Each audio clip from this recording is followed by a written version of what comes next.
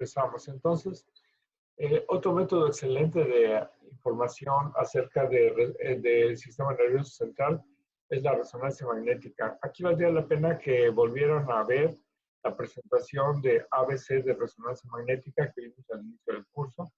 Valdría la pena que volvieran a ver el video de resonancia magnética para refrescarse la memoria y acordarse de cómo funciona esto de la resonancia. Aquí tenemos dos equipos, un equipo convencional de 1,5 Tesla del lado izquierdo, y el otro equipo es una resonancia magnética abierta. Esa es la que tenemos en el núcleo diagnóstico, enfrente de la clínica 1, y es una alternativa para aquellos pacientes claustrofóbicos que no aguantan meterse en el tubo de la resonancia cerrada. Y bueno, la calidad de las imágenes no es tan buena, pero de eso a nada es mucho mejor. Ya sabemos que la reso tiene sus pros y contras. Los pros es que tiene excelente resolución de partes blandas. Ya sabemos que no utiliza radiación ionizante. Igual que la tomografía, la adquisición es volumétrica, lo cual nos permite hacer reconstrucciones multiplanares. En esta imagen podemos ver un gran tumor en la región hipofisiaria, en la región cerebral, en el corte sagital. Las indicaciones, prácticamente cualquier cosa del sistema nervioso central, como pueden ver y pueden leer. Las desventajas o las contras: el costo es un estudio caro, es un estudio muy sofisticado, de los más sofisticados que hay, todavía está en progreso e investigación. De acceso limitado, porque hay contraindicaciones, pacientes que tienen alguna estructura metálica, pacientes claustrofóbicos, como les comentaba, y para ver hueso no es precisamente lo mejor para ver fracturas y eso. Sin embargo, como tiene información de partes blandas, nos da información de edema óseo, que no nos lo da ninguna otra modalidad, ni rayos X ni tomografía. Por otro lado, nos da una mejor idea de la relación que tiene el hueso con músculos y tendones. Entonces, eso de que tiene pobre resolución ósea es cierto, pero tiene otras ventajas de información sobre hueso que no nos dan otras modalidades de imagen.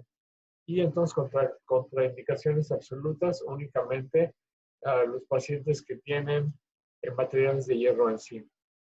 Vean en esta imagen lo poderoso que es el campo magnético. Ven ese martillo cómo es jalado hacia el equipo de resonancia magnética. Imagínense cualquier estructura metálica que traigamos nosotros puestas como médicos o técnicos, puede ser desprendida de nosotros y puede volar hacia el paciente.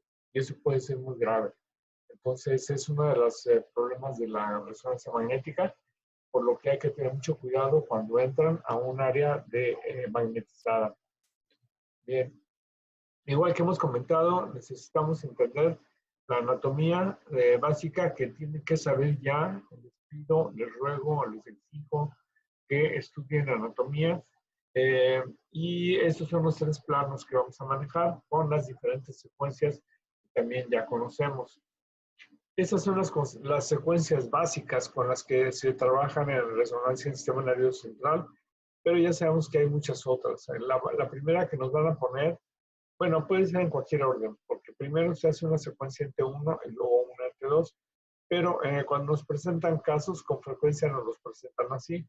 Primero el T2, en la que vemos que brilla el agua y tiene mejor resolución de densidades para estudiar el parénquima cerebral.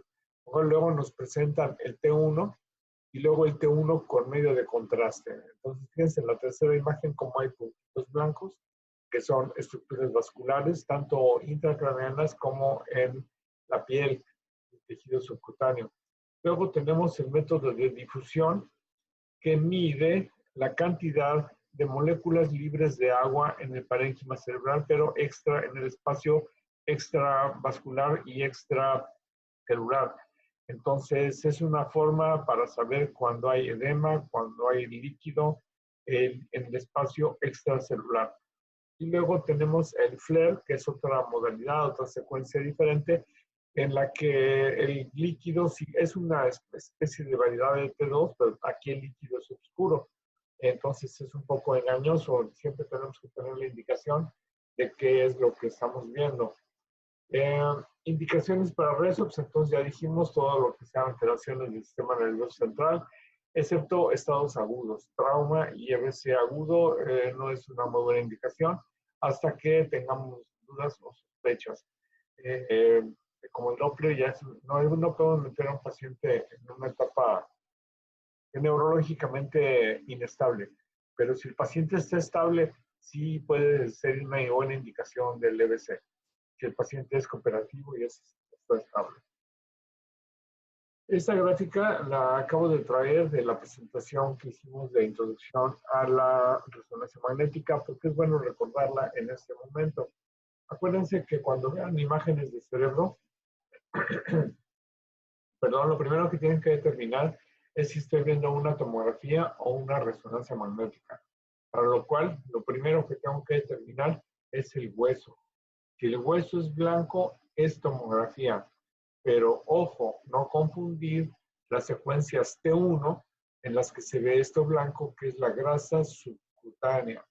El hueso aquí en resonancia magnética es negro. Esto que ven aquí es el hueso. Acuérdense que hablamos de que el hueso es una especie de sándwich, en que tenemos hueso compacto, que es negro, luego hueso compacto dentro, que es negro, y luego en medio la médula ósea. Eso es lo que nos da esta imagen de trilaminar, por decirlo de alguna manera. Una vez que hemos visto que el hueso no está blanco y por lo tanto es resonancia magnética, el siguiente paso es ver el líquido cefalorraquídeo para ver si es blanco o si es negro. Entonces, si el líquido cefalorraquídeo es blanco, tenemos dos posibilidades. Estamos ante un T2 o estamos en un estudio de difusión que decíamos es el que mide la capacidad de movilización de las moléculas de agua en el espacio extracelular. Fíjense que la resolución del ABC o de la difusión es mala. La resolución de partes blandas en las demás es muy buena. Luego, si el líquido cefalorraquídeo es negro, tengo estas tres opciones. Estoy ante un T1 o estoy ante un FLAIR o estoy ante otra de las presentaciones que se denominan de difusión, en la que fíjense cómo el líquido está oscuro, pero aquí hay una zona hiperintensa, que es una zona en donde hay dispersión de agua y movilización de agua extracelular. Luego, si el líquido cefalorraquídeo es gris, tengo estas dos opciones. Puede ser una secuencia que se llama densidad de protones o una secuencia que se llama ecogradiente. En fin, estas son algunas de las secuencias que tenemos que aprender a ver en resonancia magnética. Nosotros, a este nivel, que es el nivel básico, vamos a ver, básicamente aprender a ver estas tres secuencias.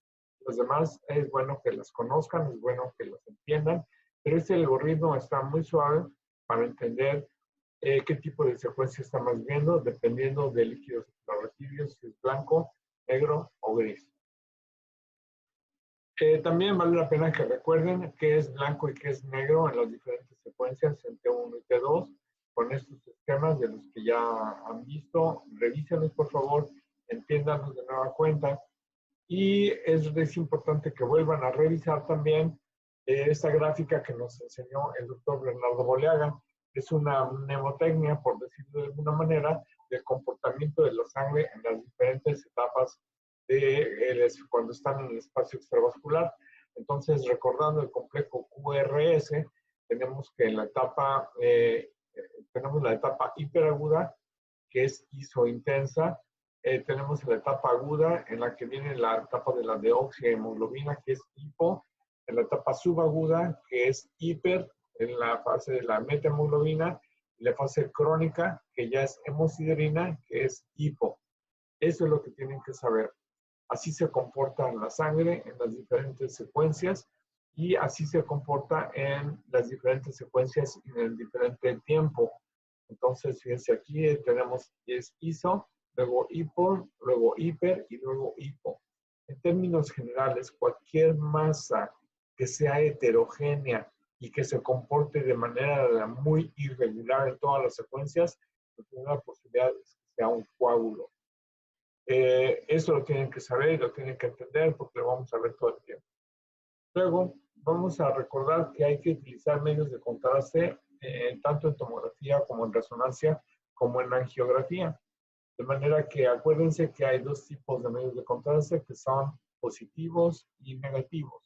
Los negativos son el aire, el CO2. Los positivos son los yodados, o sea que tienen yodo para tomografía. Acuérdense, la tiroides tiene yodo, por eso es blanca, es hiperdensa. De los yodados, acuérdense que hay iónicos y no iónicos, aunque la tendencia actual es únicamente a utilizar los medios no iónicos. Son tóxicos, son nefrotóxicos, por lo tanto hay que tener precaución en su uso en pacientes con insuficiencia renal o en las dosis que administramos. Y está indicado cuando queremos ver cómo se comporta una lesión respecto a su vascularidad. En resonancia magnética, el medio de contraste que utilizamos se llama gadolínio. Este medio de contraste tiene menos reacciones que los medios de contraste iónicos. También presenta cierta toxicidad, en particular en los niños. Hay una relativa contraindicación para usarlo en niños porque se almacena y se hace más tóxico. Obviamente es mucho más costoso que los medios de contraste hidrosolubles o iónicos, y las indicaciones, igual que en tomografía, está para ver, no para ver lo que no se puede ver en una fase simple, se hace más evidente en la fase contrastada, dándonos información de comportamiento de esta lesión, afinando así nuestros diagnósticos. Entre las complicaciones de los medios de contraste, lo recordamos también, aunque ya lo hemos platicado, son las reacciones alérgicas, que son verdaderamente alérgicas, son muy raras.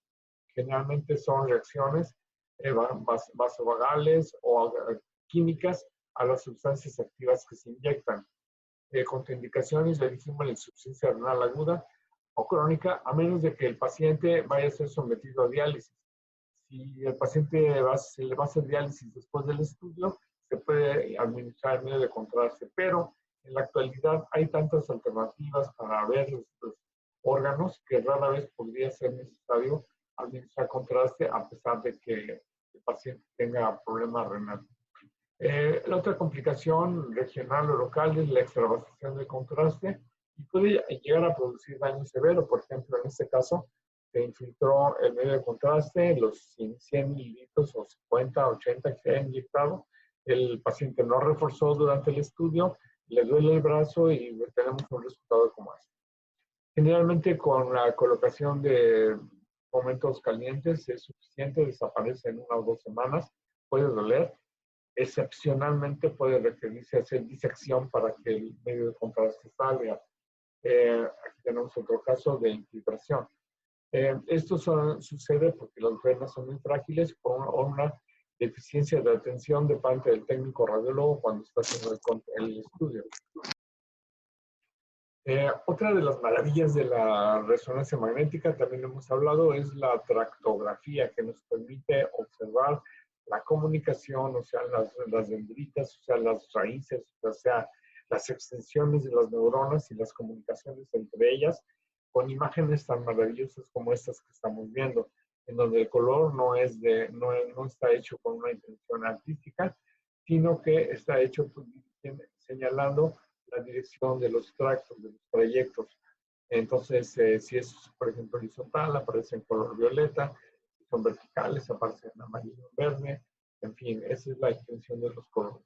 Y nos sirve para estudiar qué grado de afección hay de una lesión sobre estos tractos y valorar su abordaje quirúrgico de mejor manera. Otra de las maravillas de la resonancia es la capacidad de ver cuándo se activa una zona una zona cerebral, de manera que si ponemos imágenes o preguntas o ponemos a funcionar el cerebro, se prende o se apaga según el área que se active. Esto se hace en base a consumo de oxígeno o al consumo de hidrocarburos, de carbohidratos, que sirve para prever cuándo se prende y cuándo se apaga. De esta manera se ha podido investigar ya cuáles son los centros que hay en el cerebro que se activan cuando tenemos determinadas emociones. Esto es muy interesante. Habíamos comentado la posibilidad de que a través de esto se pueda saber cuando una persona miente o está confabulando una mentira. Ya podemos encontrar inclusive sitios en donde hay hiperactividad en pacientes con esquizofrenia y puede pensarse en algún tipo de tratamiento o de epilepsia, por ejemplo. Podemos estudiar los hipocampos, medir su volumen, medir su función, etcétera. Una serie de cosas que todavía están en proceso de investigación, pero nos está abriendo un campo maravilloso de exploración. La angioresonancia puede realizarse sin medio de contraste. Si recordamos, los vasos en fase simple son hipointensos en T1 y en T2 en todas las secuencias. Esto nos permite hacer algunas reconstrucciones en base a esto y obtener algunas imágenes sin medio de contraste. Pero ya cuando nos queremos poner serios, tenemos que inyectar contraste y obtener imágenes como esta. Vemos cómo llega a la sangre a través de la vena braquial, llega a través de la vena cava superior, se difunde por todo el corazón, se eyecta, pasa por el circuito pulmonar, se eyecta, luego ya regresa a las cavidades izquierdas, sale a través de la aorta o pacifica vasos brachiocefálicos, pacifica un aneurisma aquí en el sistema vertebrovascular o pacifica las arterias cerebrales y luego las venas cerebrales, observándose ahora el regreso de las venas por las venas yugulares. La vena yugular derecha, que es esta gruesa, la izquierda, que queda un poco más delgada. Es normal que haya predominancia de una de ellas sobre la otra. Perdón. Entonces, las ventajas de la angioresonancia es que no se utiliza radiación, pues se puede hacer sin contraste, pero no es lo mejor cuando queremos estudiar con detalle estructuras vasculares. Nos puede dar información sobre calibre de los vasos, pudiendo demostrar aneurismas y malformaciones arteriovenosas. ¿Qué desventajas tiene la angioresonancia 1? Es un estudio prolongado, aunque esto depende también de la calidad del equipo que estamos utilizando. Más que de la calidad del poder que tiene de cuanto a su magnetismo, si es de 1.5, 3 Tesla, etc. 2, es un estudio costoso comparado con la Angiotac, aunque ya hablábamos que aquí en Tijuana los precios son muy bajos por la competencia desleal que se usa. En el resto del país una resonancia cuesta 10,000 pesos, cuesta 3,000 o 4,000, lo cual va en detrimento de la capacidad de ahorrar para poder mandarle mantenimiento a los equipos, para poder comprar equipos de mejor calidad o renovarlos. Entonces eso es un problema administrativo. Otro detalle es que como el calcio no se ve, porque no tiene moléculas de hidrógeno, subestima las zonas de estenosis. Perdón, sobreestima las zonas de estenosis. Entonces aquí tenemos un problema, porque en el Doppler, el calcio me hace sombra acústica y una placa de ateroma puede que no me deje ver muy bien la luz del vaso y medir adecuadamente las grados de estenosis. La tomografía es lo mismo, como tiene calcio, también me disminuye la sensibilidad a la estenosis. La angiografía es el mejor método, ahí es directamente la medición de la luz del vaso, pero es invasiva y es costosa. Y la angioresonancia puede sobreestimar el porcentaje de estenosis. Y desde luego las contraindicaciones sobre las que ya hemos hablado, como son la presencia de estructuras metálicas. Bien, también hablamos de que la tomografía tiene la capacidad de estudiar la perfusión, pero la resonancia también. Inyecto el contraste y puedo saber cómo se pintan los píxeles o los voxeles y puedo ver que una zona, por ejemplo, roja tiene hipoperfusión. Y aparte entonces, ahora la difusión me permite saber el grado de edema que hay en una lesión. Estos estudios son del mismo paciente con una tomografía con mínimos cambios y vean cómo en la resonancia nos da muy buena información en la etapa temprana o posterior al evento y a los 7 días del evento. Entonces, difusión y perfusión son dos alternativas muy buenas. En la actualidad, que yo sepa, aquí en Tijuana no hay equipo que pueda hacer perfusión, sí hay equipos que hacen difusión, y es información bastante interesante. Aquí tenemos una angiografía por sustracción digital el gold standard para enfermedades vasculares, tiene muy buena resolución cinética, o sea, podemos medir el tiempo.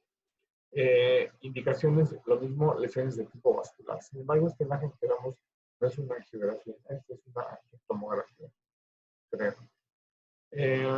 Y la ventaja de la angiografía, de meter un catéter, es que aparte de hacer el diagnóstico, eventualmente puedo hacer tratamiento, como ya les había comentado, embolizando con pequeñas imágenes de metálicas que pueden ser, o de gelfan, o la aplicación de stents para dilatar una arteria que está estenosada. Esta sí es una angiografía por sustracción digital, y entonces las desventajas es que es invasiva, utiliza radiación ionizante, usa medios de contraste, se tratan de medir en la administración de contraste, pero a veces se exceden porque no hay un diagnóstico definitivo con la primera dosis, etcétera. Y desde luego no se exenta de complicaciones en el sitio de producción de la arteria. Se pueden producir pseudoaneurismas, pueden producirse embolismos en el que trombos dentro del catéter que al inyectarse son enviados al sistema circulatorio y producir algunas complicaciones. Con los métodos adecuados, las complicaciones en la actualidad son muy bajas. Requiere un buen equipo radiológico, quiero decir, de aparatos de rayos muy sofisticados y costosos, un radiólogo bien entrenado, intervencionista, o cardiólogos bien entrenados, y todo esto va en relación al costo, desde luego. Bien, los invito a ver esa imagen de esas tres cortes del mismo paciente, de un paciente que tiene cefalea intensa. Cuando un paciente tiene cefalea intensa, de esas que dice como nunca me había dado, y llega a urgencias, lo primero que hay que hacer es una tomografía para descartar la hemorragia subaracnoidea. Si se fijan en estos tres cortes, hay unas imágenes blancas en donde debería de haber líquido. El líquido que baña el espacio subaracnoideo, el líquido cefalorraquídeo. Y entonces todos estos espacios están bañados por esta estructura hiperdensa que es sangre. Vemos el tercer ventrículo, ventrículos laterales, cisterna cuadrigeminal, por acá un poquito del cuarto ventrículo, hay edema cerebral, hay poquitos giros o circunvoluciones, están aplastados porque hay edema cerebral, los ventrículos están pequeñitos. Entonces, de las causas de hemorragia subaracnoidea, les recuerdo únicamente hay por ruptura de aneurisma o una malformación arteriovenosa y por traumatismo. Fuera de estas dos, las demás, estas son las dos principales situaciones de hemorragia subaracnoidea. Por lo tanto, la indicación del estudio que sigue es un método para visualización de estructuras vasculares, que sería la angiotomografía o una angiografía por sustracción digital. Aquí podemos ver en estas dos imágenes de sustracción una aneurisma que no se vio en la fase contrastada. A veces, o sí se vio. Aquí está. Podría ser esto. O podría ser parte de sangre en el ventrículo. Entonces, hemorragia subaracnoidea, angiografía o angiotomografía obligatoria para descartar la posibilidad para confirmar la posibilidad de un aneurisma. Si en la primera angiografía el estudio o angiotac, el estudio sale negativo, se debe de repetir unos días después porque la posibilidad de que en el sangrado agudo haya vasoespasmo es muy alta y que no se opacifique el aneurisma. Entonces se repite la angiotomografía días después, 4, 5, 7 días.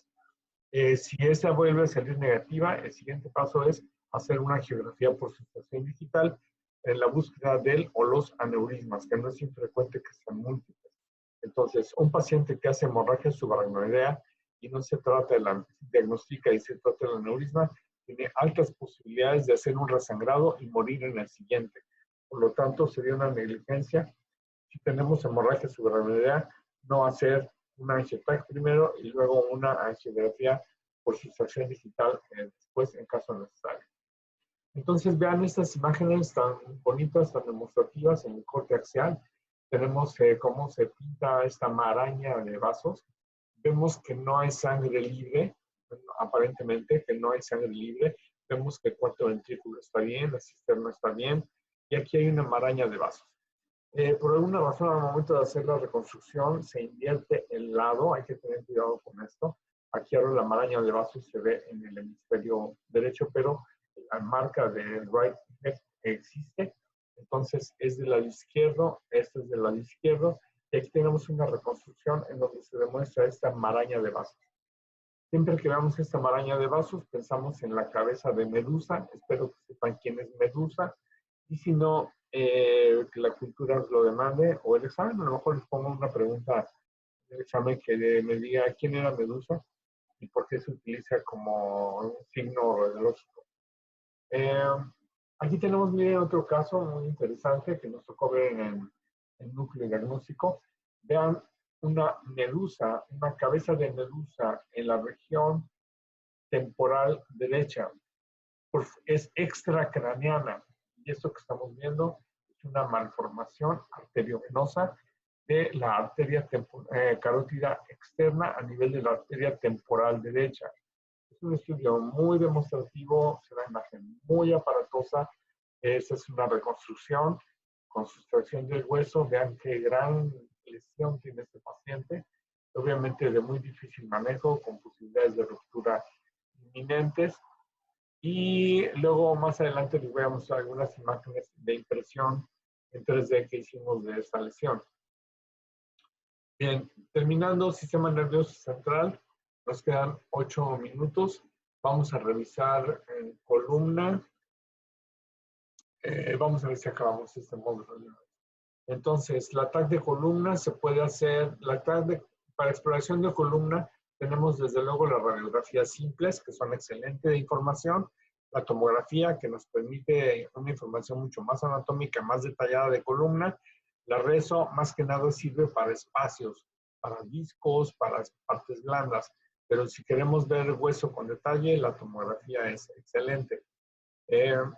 Aquí podemos ver, es importante que recuerden la anatomía, por favor, de las vértebras. El cuerpo vertebral, acuérdense del pedículo, que son los ojos de la vértebra, apófisis transversa, apófisis espinosa superior e inferior, y apófisis espinosa, perdón, es la espinosa, y apófisis transversa derecha e izquierda, y pedículos. El pedículo y carilla articular, carillas articulares inferiores y carillas articulares superiores. Vean cómo aquí se desplazan las carillas articulares. Recuerden que aquí hay una bolsa o bursa articular que permite que haya líquido para menos fricción. Sin embargo, con el tiempo se desgasta y se producen alteraciones. Entonces, la mejor manera de exploración, tanto de cervical como dorsal y lumbar, es la radiografía simple, que puede hacerse en proyecciones básicas que son anteroposterior y lateral.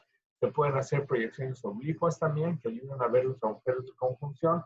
Y se pueden hacer proyecciones en flexión y en extensión, que se denomina como estudio dinámico. Vean aquí estos espacios de los cuerpos vertebrales, ¿está bien? Ven aquí como los discos, los espacios están disminuidos con la esclerosis porque hay una discartrosis, hay una discopatía. Aquí hay un osteofito, un pequeño osteofito. Entonces, pero eso me permite evaluar el hueso, pero no sabemos qué está pasando con la médula, para lo cual la resonancia es la maravilla del mundo. Aquí tenemos el canal medular, aquí tenemos los ligamentos espinosos posteriores, aquí tenemos los discos. Vean, este disco está bien. Bueno, no están bien porque están oscuros, se supone que deberían de ser un poco más blancos, pero fíjense cómo aquí ya protruye y comprime un poquito la médula, y fíjense cómo la médula tiene diferencia de señal. Estas diferencias en tonos de color de blanco y negro son importantes. Aquí está la textura con este tono de gris homogéneo, y de pronto aquí se hace un poquito más blanca. Esto quiere decir que aquí hay edema de la médula, seguramente por compresión.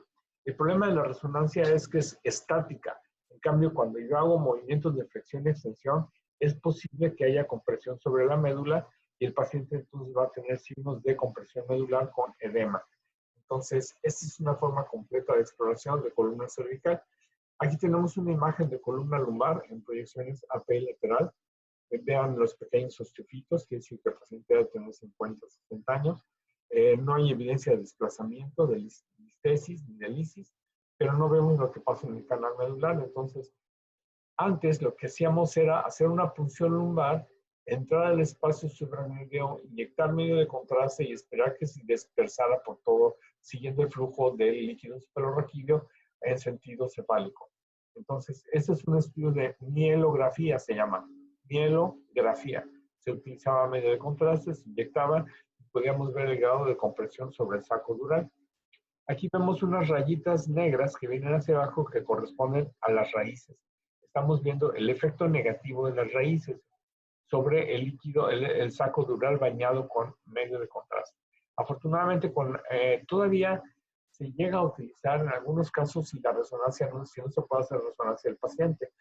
Y entonces la imagen que tenemos es esta. Se inyecta medio de contraste, se baña el espacio, todo el espacio subdural, donde circula el líquido cefalorraquídeo, y podemos ver la médula y las raíces. De esta manera podemos estudiarlo, pero el método más adecuado, el óptimo, es el estudio de resonancia magnética, donde podemos ver los discos, la protección de los discos, si están fragmentados o no, si solo son agombados, si están dañados. Podemos ver el líquido cefalorraquídeo bien bonito, y la médula y las raíces. Entonces, esos son los métodos de exploración en general de columna lumbar. Recuerden, radiografías simples en AP lateral y oblicuas, mielografía, que ya no se usa, mielotomografía, que sí se usa en caso necesario, y resonancia magnética en sus diferentes secuencias. Indicaciones, pues cualquier síntoma de daño a nivel de compresión radicular, que incluye infecciones, que incluye todos los cambios de tipo degenerativo y procesos inflamatorios. Y para terminar, vean, esta es una reconstrucción, una impresión que hicimos en 3D, el caso de la malformación de la arteria temporal. Tuvo una impresión muy bonita, es una fotografía que yo hice. Y bueno, con esto creo que terminamos. Finalmente, con el módulo de métodos de exploración en neuroimagen. Está por terminarse la presentación. Como siempre, la voy a grabar, la voy a subir. Por favor, repásenla. Y de nueva cuenta, los invito a que hagamos una cita personalizada, si gustan, para que hagamos taller. En particular, los que tengan duda, anoten sus dudas, nos ponemos de acuerdo, nos metemos aquí en el Zoom y hacemos un tallercito de 40 minutos. Esto puede ser grupal o puede ser individual, como ustedes gusten. Pero yo los invito sobre todo a los que tienen dificultades para la lógica diagnóstica, pero si no saben la tabla de necesidades de memoria, o sea, si no entienden, si no pueden navegar las imágenes, estamos perdidos. Ahí es donde tiene que empezar la situación. Entonces, lo pongo a su consideración. ¿Alguna pregunta o comentario, chicos? Doc, entonces el lunes es el examen, No.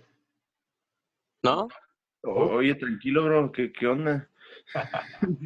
Es que como dijo que ya terminamos, por eso. No, es la Pero métodos. Tengo una presentación que se llama Los 10 mandamientos en interpretación de neuroimagen, que es lo que vamos a ver. No sé si en una o dos clases más, luego algún taller, y finalmente nos preparamos para el examen de neuro, creo que de este lunes en 8. Ok. Pero estudien con esa condición. Sí. ¿De acuerdo? Entonces, ¿cuándo tenemos el taller? Terminando la presentación que sigue, que es de los 10 mandamientos. Va. De la ley de Boleaga, porque él está basado en un artículo que él publicó al respecto también. Muy bien. ¿De acuerdo? Sí. Bueno, chicos, Sí. que tengan un fin de semana, que se diviertan mucho, no salgan, lean, vean películas. Ya vieron todo lo que les publiqué de los cursos que hay. Espero que alguno les haya interesado. No me neglecten. Por favor, crezcan por fuera y por dentro, ¿sale? No vais a venir, ¿eh?